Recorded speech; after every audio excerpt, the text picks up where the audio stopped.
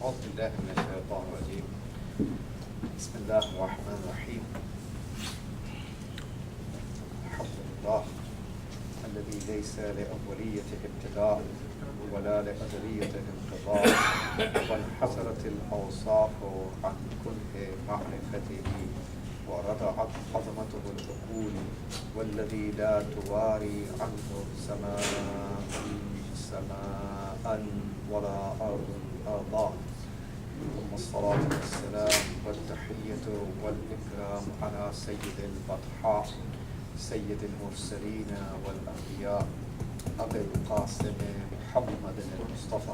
اللهم صل على محمد وآل محمد وعلى الجوهرة القدسية الفتول العذراء سيدة النساء فاطمة الزهراء، وعلى بعلها أمير المؤمنين وبنيها الذين أذهب الله عنهم الرجس وطهرهم تطهيرا. اللهم صل على محمد وآل محمد لا سيما على بقية الله وحجة القدرة الذي به رزق الورى وبوجوده ثبتت الأرض والسماء، ولولاه لساقت الأرض بأهلها، واللعنة الدائمة على أعدائهم أجمعين من حين عداوتهم إلى قيام يوم الدين.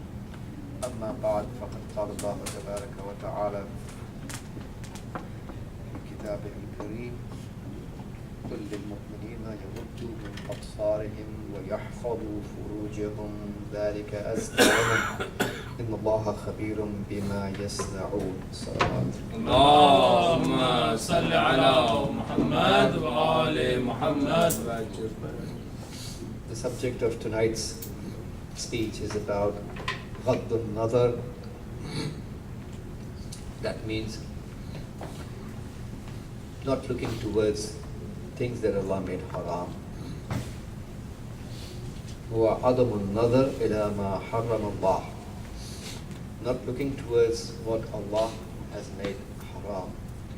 So anything and everything that is haram to look at is included in that. And obviously the end result is the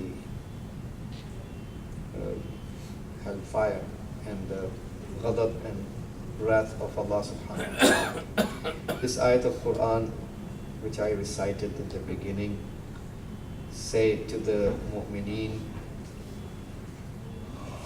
men, that they cast down their looks and guard their private parts. وَيَحْفَظُوا فُرُوجَهُمْ ذَلِكَ أَزْكَى لَهُمْ. That is purer for them. إِنَّ اللَّهَ خَبِيرٌ بِمَا يَصْنَعُونَ. Allah is aware of what they do. Similarly, the next ayat of Quran says, وَقُلْ لِلْمُؤْمِنَاتِ يَغْضُضْنَ مِنْ أَبْصَارِهِنَّ وَيَحْفَظْنَ فُرُوجَهُنَّ وَلَا يُبْدِينَ زِينَتَهُنَّ إِلَّا مَا ظَهَرَ مِنْهَا. So the next ayat is saying similar thing towards the believing women, that they cast down their looks and guard their private parts and do not display their zinat except what appears. So HADD-UN-NAZR means controlling our eyes, not looking towards what Allah made haram. Now first, what is the outcome of the haram look towards things that are haram? What are the outcome for that? The first thing is su'ul aqiba, means the end result of this person is bad. Obviously, it's the punishment of Allah. The second thing is hasrat and nadamat. It will bring about repentance, and it will cause a person to regret. Hasrat means regretfulness. You will end up regretting what you did. So every zalim is going to be biting his hands on the day of judgment. So, yeah, regretfulness is the necessary outcome of the dhulm. The third thing is ghaflat. Looking towards the haram things brings about ghaflat. That means it makes the person ghafil, ignoring our responsibilities and duties towards Allah.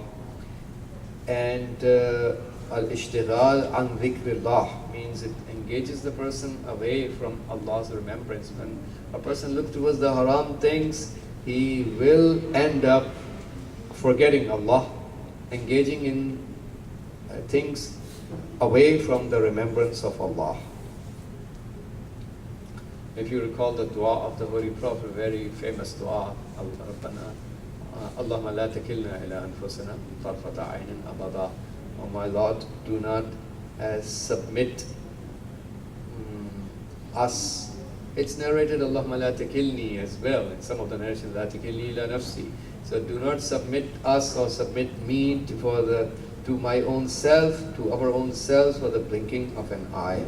So that means we ask Allah to keep our control in your own hands. Don't give the control to our own self. What happens if I end up having my control in my hands? I will do what I like to do, and that's destruction. Whenever we decide the things, we never decide our things. Our decisions are made by Allah subhanahu wa ta'ala. This is halal, this is haram, this is wajib, mustahab, makruh, mubah, you know. So all these decisions have been made, and we are supposed to just learn those decisions and practice those decisions.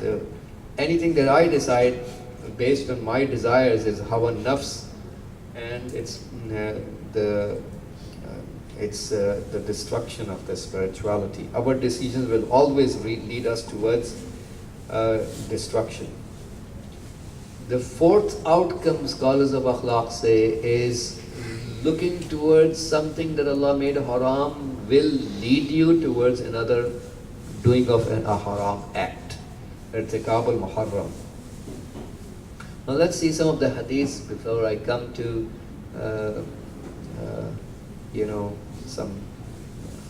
the next stage of the discussion is. So here is the hadith from Rasulullah sallallahu alayhi wa sallam. من ملأ عينه من حرام ملأ الله عينه يوم القيامة من النار. So whoever fills up his eyes with a haram, Allah will fill up his eyes on the day of judgment with the fire. إلا أن يتوب أو يرجع, except that if he performs the tawbah or he returns back. So if we do the tawbah before death, that's good, we will be saved. Otherwise, that's the result. Another hadith says, إِيَّاكُمْ وَفُضُولَ النَّظَرِ فَإِنَّهُ يَبْذِرُ الْهَوَى وَيُولِدُ الْغَفْلَةِ. So keep away from extra. Fudul means something extra, looking extra, because this is going to plant the seed of desires. When you look at something more than what is necessary, it will plant a seed of your desires in your nafs, in yourself, and yulidul ghafla, it will generate ghaflat, means ignoring Allah and the duties towards Allah. لِكُلِّ عُضْوٍ حَظٌّ مِنَ الزِّنَا. Every part of the human body has a share in zina. فَالْعَيْنُ زِنَاهَا النَّظَرُ. The zina of the eyes is nazar, means looking at non-mahram with lust, or looking at So, and al-uyun masa'id al-shaytan. The eyes are the traps of shaitan. This is how the shaitan. This is one very common trap that is used by shaitan, is through the eyes. Allah has the wisdom, absolute wisdom. He is our creator. He knows us, inside out, and He makes the first step of the haram, first step of the rest of the upcoming harams to be haram. So when the step number 1 has been made haram, there is no way you will reach the next step. If you go past the first step, now you're very likely to end up doing another haram. So first step was looking at non-mahram with lust. So that first step has been made haram by Allah. Al-aynu baridul qalb. Eyes, eye is the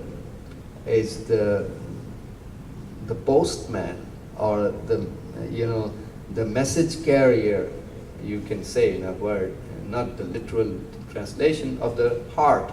So this is how your heart is through the eyes. The heart is revealed. And إذا أبصر العين الشهوة, when the eyes looks towards the desire, amal qalbu anil aqiba, the qalb becomes blind about the end result. As when the eyes looks towards the haram, you get inclined towards doing something, and at that time you become blind towards what is going to be the end result. ليس في البدن شيء أقل شكرا من العين فلا تعطوها سؤلها فتشغلكم عن ذكر الله عز وجل. There is nothing in the body which is less grateful, less in terms of shukr and gratefulness than the eyes. If you remember the story of Abu Basir, a very good companion of Imam Salih, and he complains towards the Imam about his blindness, and Imam Salih did a miracle, and so Abu Basir got his vision, and he started to see. And then Imam alayhi salam said to him, do you want to stay, in other words, we learned from the hadith, you want your hisab to be easy and on the day of judgment, or you want to go through those stages of hisab, the hardships of hisab. If you keep this vision, you will go through those hardships of hisab. You want your hisab to be easy or become hard on the day of judgment? He said, no, I want my hisab to remain easy. So Imam returns him back towards blindness. So there is nothing in the body which is less grateful towards Allah than the eyes. فَلَا تُعْتُوهَا سُؤْلَهَا, don't give it its demand. So whatever the eyes wish to see, don't obey the demand of the eyes. We obey Allah, we don't obey the demand of the eye. فَتَشْغَلَكُمْ عَنْ ذِكْرِ اللَّهِ is going to engage you away from the remembrance of Allah. So مَنْ أَطْلَقَ طَرْفَهُ كَثُرَ أَسَفُهُ, whoever sets free his eye, that means he can see whatever he wishes to see, his sadness will be more. So now if we control the eyes, what happens? What's the result? Scholars of akhlaq teach us controlling of the eyes. Well, according to the rulings of the fiqh, and if you look at the fatawa of Maraja, it's allowed for a person to look towards a man can look towards a woman only towards the face, which is wajib to wash in wudu. This much, not more than that, and the hands below the two wrists, obviously without shahwat and without the lust. Likewise, a woman is allowed to look towards the face of a man, this much which is wajib to wash in wudu, and the hands below the two wrists, nothing more than that. This much is allowed for both of them to look at each other without the lust and shahwat. Controlling the eyes have the following benefits. Number one, rahatul qalb, means comfort of the soul. Well, whenever we obey Allah subhanahu wa ta'ala, every obedience brings comfort to the soul. That's the first thing. Especially HADD-UN-NAZR, we have so many narrations, and in the light of them you learn. And I'm going to come about some of the narrations soon, inshallah. The second one is a thawab al-azim, a lot of thawab from Allah subhanahu wa ta'ala. I will mention at least one narration about the sawab as well. The third thing is Sarfullah anhu waswasat shaitan. Allah turns away the deception from him, the deception of shaitan. If we control, in the step number 1, we control ourselves, and Allah will then divert shaitanic deception away from us. Then the second step, Allah will take over from there. The first step we have to take. If we don't take the first step, we are inviting the haram our own selves. Number 4, the fourth benefit of controlling our eyes, al-ishtighal bi-amal al-khair. When we control the eyes from looking at haram things, we will end up engaging in what Allah considers to be al-khair. I think there are 6 things. I don't recall exactly. I delivered a speech on the concept of al-khair, goodness, or not, but there are, I think, 6 things in total which Islam considers to be khair. It's a good subject to talk about. What are the list of things that Allah categorizes as khair and goodness? So we will end up in doing one of those khairat, one of those good things of goodness, and we will engage in the remembrance of Allah. So Rasulullah sallallahu alaihi wasallam says, ما من مسلم ينظر امرأة أول رمقة ثم يغض بصره إلا أحدث الله تعالى له عبادة لم يجد حلاوتها في قلبه. So basically, there isn't any Muslim person who looks towards a woman, so what happened, and he controls himself, Allah will, provide, Allah will, provide him ibadat and worship whose sweetness he will find in his qalb. So when we do that, take the first step, we will end up feeling the sweetness of some ibadat of Allah in our qalb. This is the first thing. النظرة سهم مسموم من سهام إبليس فمن تركها خوفا من الله. Looking, that means looking at something haram, is a poisoned arrow among the arrows of Iblis. فمن تركها خوفا, whosoever leaves that out of the fear of Allah, أعطاه الله إيمانا يجد حلاوته في قلبه. Allah will provide him iman that he's going to find its sweetness in his qalb. Another third hadith says, غَضُّوا أَبْصَارَكُمْ تَرَوْنَ الْعَجَائِبِ.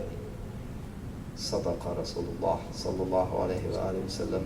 This is what, these are the ways how the Urafa reach the highness.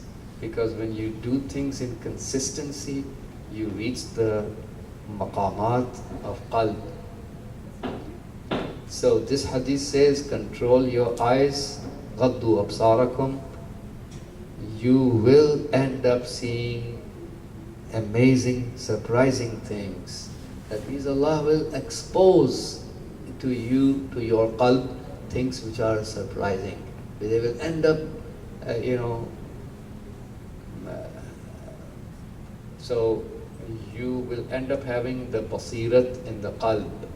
You will end up having the insight in your qalb. You will end up seeing things that you never thought of about. Surprising things. من غض طرفه راح قلبه من غض طرفه قل أسفه وأمن تلفه من نظر إلى امرأة. See, whoever looks towards a woman, now this does not mean that if a woman looks towards a man, that's not included. In Arabic language, when you use the masculine tense, the feminine tense is included by default. And the same ruling is part of it. So when we say the Arabic masculine tense, feminine has the same ruling. It's included according to the grammatical delicacies of the language. So, man nadhara ila imra'atin, whoever looks towards a woman, farafa'a basarahu, then he, he brings his eyes up, that ila sama, looks towards the sky. Or ghamada basarahu, or he closes his eyes. لم يرتد إليه بصره حتى يزوجه الله من الحور العين. His eyes are not going to blink until Allah makes him marry a hur. Obviously the paradise. So these are the things that are clearly mentioned. Allah always gives the rewards for the harams if we are able to maintain those things and do not lose it with the harams, future harams.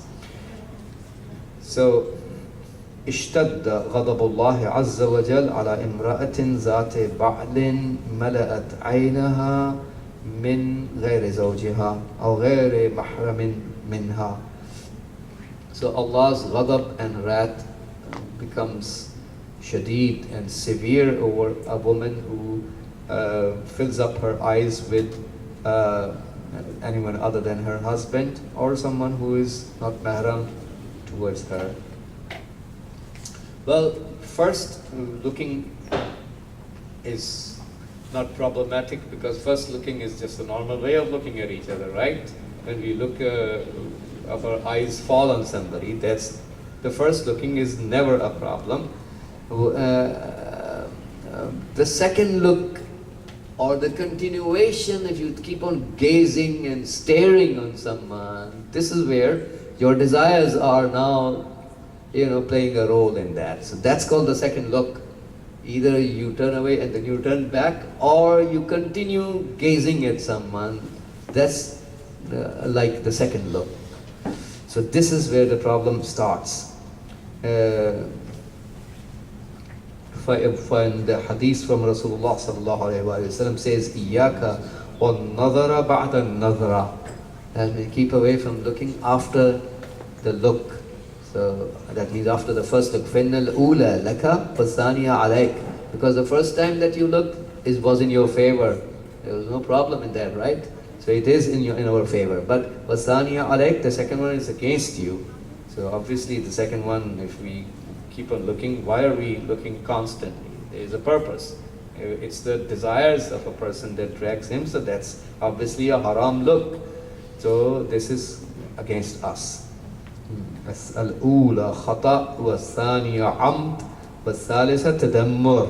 In Kanzul Ummal it says the first one is a mistake, the thaniya is the intentionally done act, and the third one is devastation, tadammur. So now what helps the person in controlling this behavior? What helps is paying attention to aqibatul umur. First of all, to paying attention to the end result of our actions. End result in this dunya and in akhirat as well, which is regret, hasrat, nadamat, and repentance, and punishments, and iftidah, means humiliation in front of everyone else. So that's the end result of the act. So that's the first thing. The second thing is when there's some, our scholars say when something happens, you are inclined towards looking towards the haram, and you control yourself, pray 2 rakats of prayers and do the hamd of Allah. And remember His blessings upon you and His fadl and ni'mat upon you, and send salawat on the Prophet Muhammad sallallahu alayhi wa sallam and His Ahlul Bayt alayhi salam. Allahumma salli ala Muhammad wa ali Muhammad. So, some of the great personalities like Ayatollah Bahjat rahmatullah alayhi used to say that sending salawat is the recipe for every issue of life. So whatever hajat you have, just send salawat with that hajat. You are a single man, you want to marry, send salawat with that niyat. So sending salawat has countless rewards. Likewise, praying an awwal al-waqt. So some of the great personalities have given this nasihat. Whatever hajat you have, this is helpful. If you pray awwal al-waqt at the beginning time of the prayers, this will help you for all your hawa'ij before Allah subhanahu wa ta'ala. So,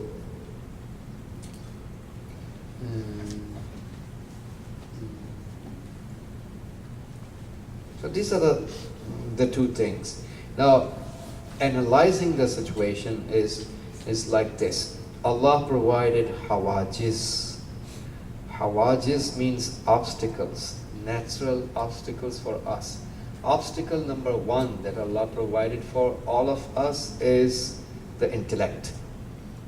Allah gave us the aql from the inside. Aql is a power of the soul, power of tafkir and thinking and pondering and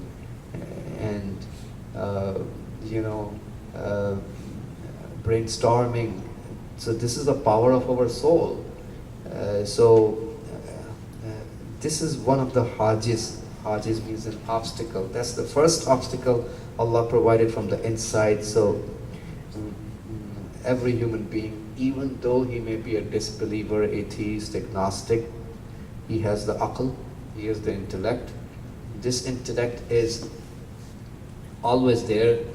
This intellect is always, at least the minimum the aql will always guide is to make a human being realize to keep away from doing any zulm and oppression, because husnul adl and qubh of zulm means justice being something nice and appreciated, and zulm and oppression being something disliked and condemned is entirely among what we say al-mustaqillat al-aqliya, something that our intellect can independently comprehend that much. Even if you don't believe in Quran or Islam, every human being can understand this much, that we need to keep away from the dhulm and do what is just. So even if you do a dhulm in front of a child, even a child feels bad about that, and he expresses, either starts crying or opposes. The child is not tainted, right? And he has a pure heart. So because this is about the aql. That's the first obstacle from the inside. The second obstacle is our damir, our conscience, which is another power of our soul. We don't have multiple souls, we have only one soul, but we classify nafsul, lawama, the nafs, the self of the person that condemns. From that perspective, we call it lawama, it condemns a lot. Then we have nafsun ammara, the nafs that commands a lot. Commands towards what? Commands towards harams and haraf and deviation.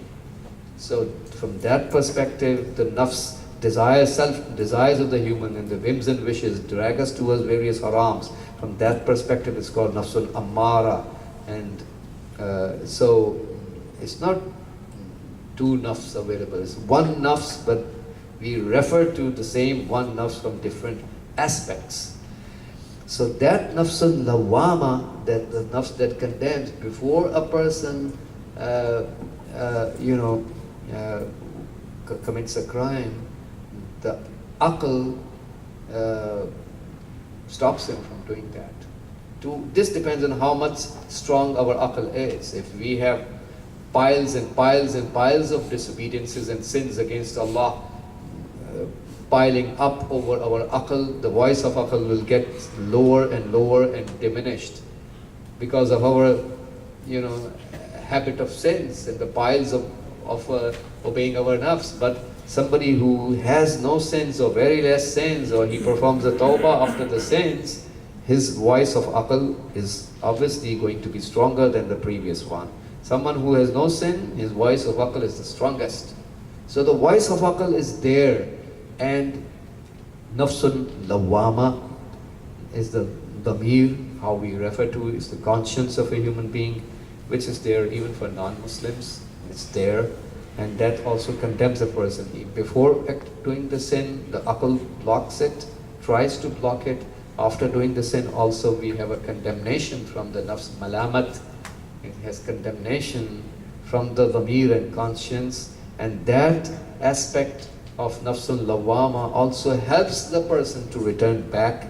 Tawbah means returning back to the straight path. But that's the second hajiz, the dhamir and conscience. Second obstacle that Allah has provided. First is the aql, and second is the conscience and dhamir.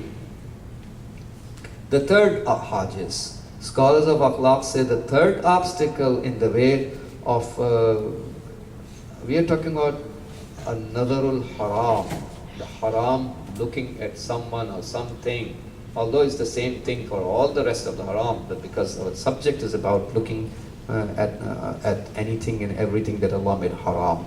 The third hajiz, third obstacle is the iman of a person, and that is only found in the mu'mineen, not the rest. So if a person has iman billah, he has faith in Allah, faith in the Holy Prophet, faith in the Imams, faith in the Day of Judgment and Hisab and accountability, he will have makhafat and fear and khawf of Allah, and that iman is going to block him from doing the sins, and that again depends on which daraja of iman do we belong. And we have first level of iman, we have the 10th level of iman, which is the highest level.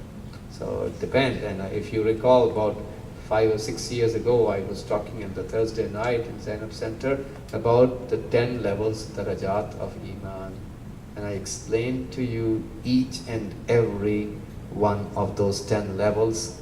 And I also talked about what it takes for a person to go from level 1 to level 2, what it takes to do further when he's on level 2, so he can elevate himself to level 3, what it takes for him to do further to take him from level 3 to level 4. Each of those steps were one by one explained for those of you who are present already. And based on the, if you recall, based on the explanations of Ayatollah al-Uzma, Sayyid Mahdi al-Tabatabai, Bahrul Ulum, Rahmatullahi alayhi, I explained according to his explanations. So the third hajiz, third obstacle in the way of the haram look towards anything that Allah made it haram, is our iman and faith in Allah subhanahu wa ta'ala. Now, the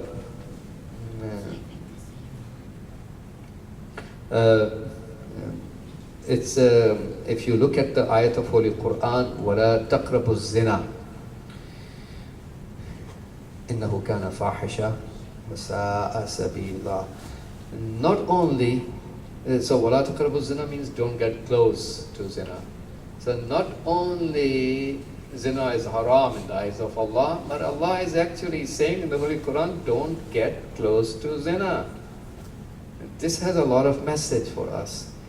So one of the things that we learn in the light of this ayat is that even getting close to zina should be avoided. We should not even get close to that.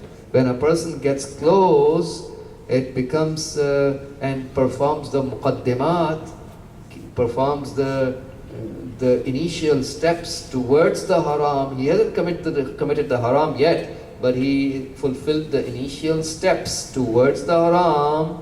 This becomes more and more difficult for a person to control himself and more likely to fall into the haram. Our scholars of akhlaq say that this is how the human being is. So we should not even get close to the haram.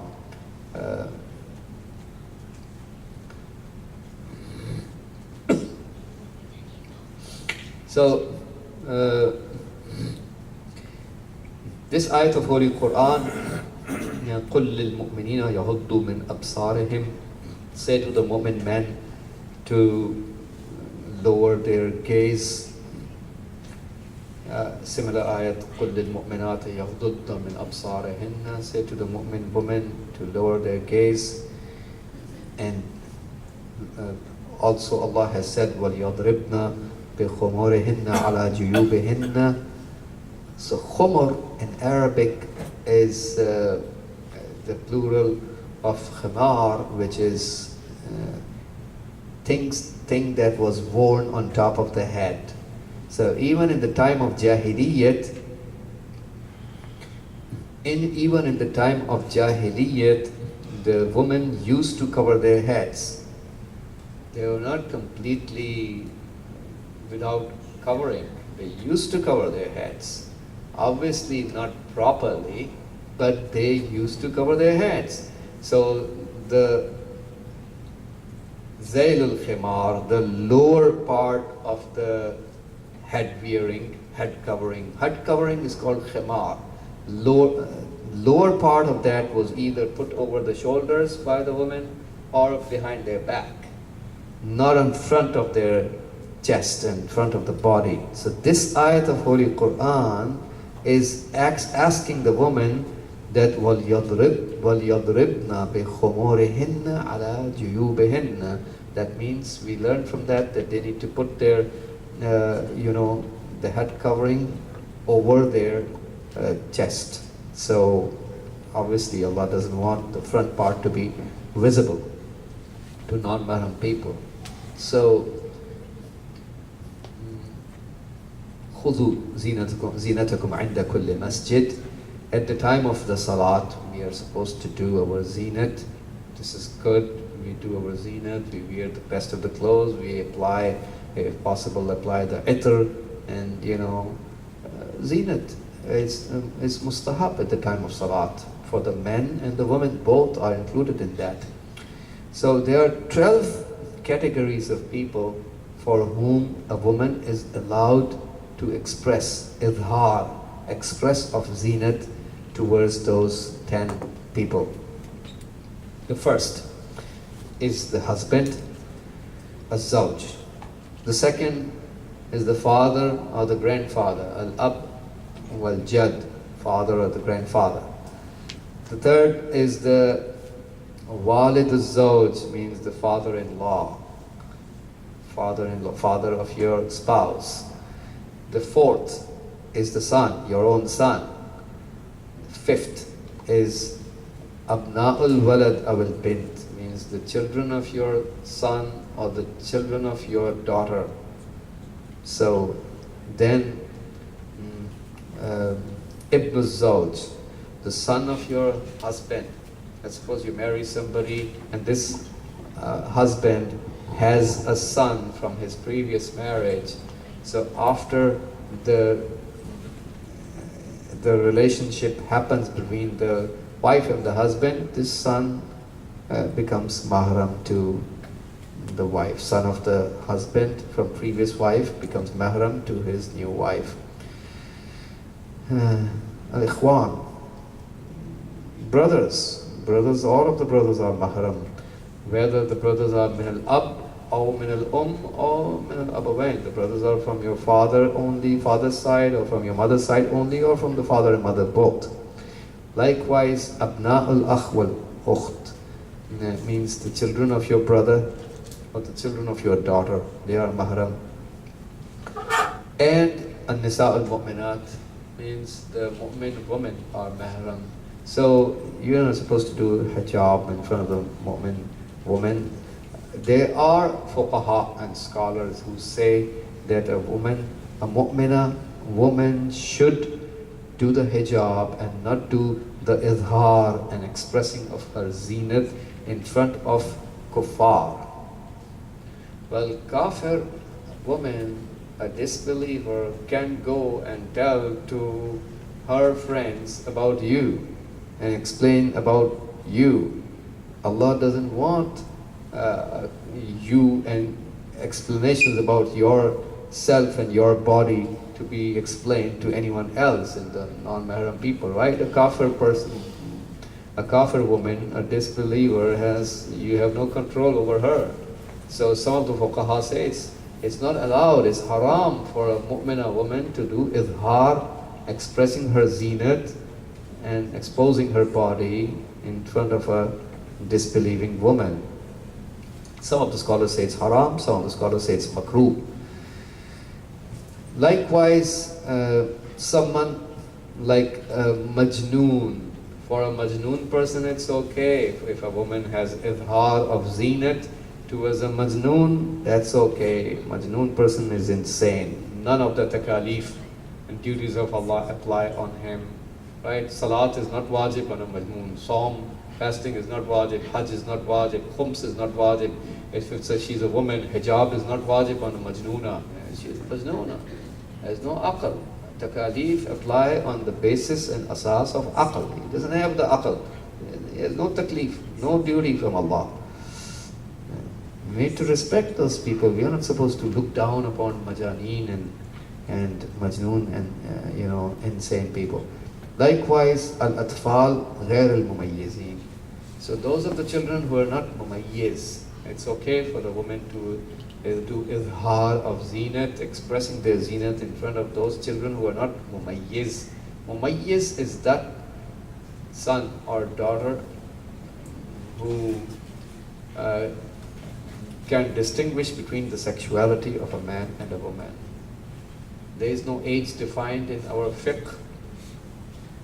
Maybe 3 years, 3.5, 4, quarter to 4, a little bit less or more. It's not defined in the fiqh, but any child who can, it varies from societies to societies. There's no fixed age, but any child who can distinguish between the sexuality of a male and a female person is mumayyiz. If a child becomes mumayyiz, it's not allowed for the woman to express her zinat, her adornments, and it will be compulsory on her, either based on the fatwa or based on ihtiyat al-wujubi. In Farsi we say ihtiyat al-wajib, to do the hijab in front of that mumayyiz child. So this is the list in front of whom zinat can be expressed. Non-mumayyiz children was the last. So also a point to be noted is that a point to be noted about that is that وَلَا يَضْرِبْنَ بِأَرْجُلِهِنَّ لِيُعْلَمَ مَا يُخْفِينَ مِنْ زِينَتِهِنَّ. It's another very beautiful point from this ayat of Quran. وَلَا يَضْرِبْنَ بِأَرْجُلِهِنَّ. So here, and let them not strike their feet, so that what they hide of their ornaments may be known. Some of the times there are some people who don't express their zinat, but they do some other actions which gives the indicator to other non-married people around that, well, there is some sort of zinat that this lady is hiding. So this provokes the khayal, the thoughts about that. A lot of harams are done out of our thoughts only. So we think about the haram and our thoughts leads us towards further harams. So we can think about a lot of things and our mind thoughts lead us towards doing harams. So no one is supposed to provoke the bad thoughts in the minds of others, because those thoughts may lead him towards a haram. And as we are talking about another al-muharram, the haram, looking at someone whom Allah made it haram to look at. So another is the nafizatul haram, means it's a window towards the haram act. So haram act is is reached through this step of looking. Looking is a step that leads you towards that, and it's a window towards the haram. So this looking should be controlled and checked before it leads towards that. No one should think, before I come to the end, no one should think, well, no, I can just look at the thing and I can control it, control myself, or I can think about different harams. Well, thinking itself about a haram is not haram in Islam. But what I was saying earlier, thinking can lead us towards harams, and that's where the problem will start. Just thinking about a haram itself is not a haram act, but thinking may lead, and it leads a lot of times, may lead towards doing a haram, and that will it will become problematic. So this is where we need to control the thinking as well, because if we think it is going to lead towards a haram, no one should think, well, I have a very good control, so I'm satisfied, nothing is going to happen. Well, this is not the right way of putting the issue of thinking, because shaitan is there. If you look at the story of Prophet Adam and look at the story of Prophet Ibrahim, who's the second most superior messenger, shaitan is coming even after Prophet Ibrahim. Not just once, but 3 times. We go to Al-Jamarat al-Salas, the 3 Satans at Mina, and throw rocks, and those 3 places where shaitan was trying to deceive even Prophet Ibrahim alayhi salam. Who are we? So none of us can say, well, no, I am so satisfied and so powerful and strong, and nothing is going to happen to me. Are you superior than Prophet Ibrahim alayhi salam? Second most superior messenger in the history of humankind. Are you superior than him? So even shaitan came after him to deceive him. Obviously he was not deceived, but shaitan was coming after him. So shaitan comes and tries to deceive the human beings. So we need to be watchful and careful about that. Any slightest haram, nazar and looking can lead us towards further harams. Wa sallallahu ala sayyidina wa nabiyyina Muhammadin wa alihi at-tahirin. Allahumma salli ala Muhammad wa ali Muhammad. Allahumma salli ala Muhammadin wa ali Muhammad. اللهم انصر الإسلام والمسلمين واخذل الكفار والمنافقين. اللهم انصر من نصر الدين واخذل من خذل المسلمين. اللهم انصر واحفظ وأيد علماءنا الربانيين ومراجعنا الربانيين، لا سيما الولي الفقيه قائد المسلمين. اللهم انصر جيوش المسلمين وعساكر الموحدين. اللهم فك عن الأسراء المسلمين. اللهم وفقنا لما تحب وترضى، وعجل في فرج مولانا صاحب الزمان، واجعلنا من أنصاره وأشياعه وأتباعه وأعوانه بجاه محمد وآله الطاهرين. اللهم صل على محمد وآل محمد.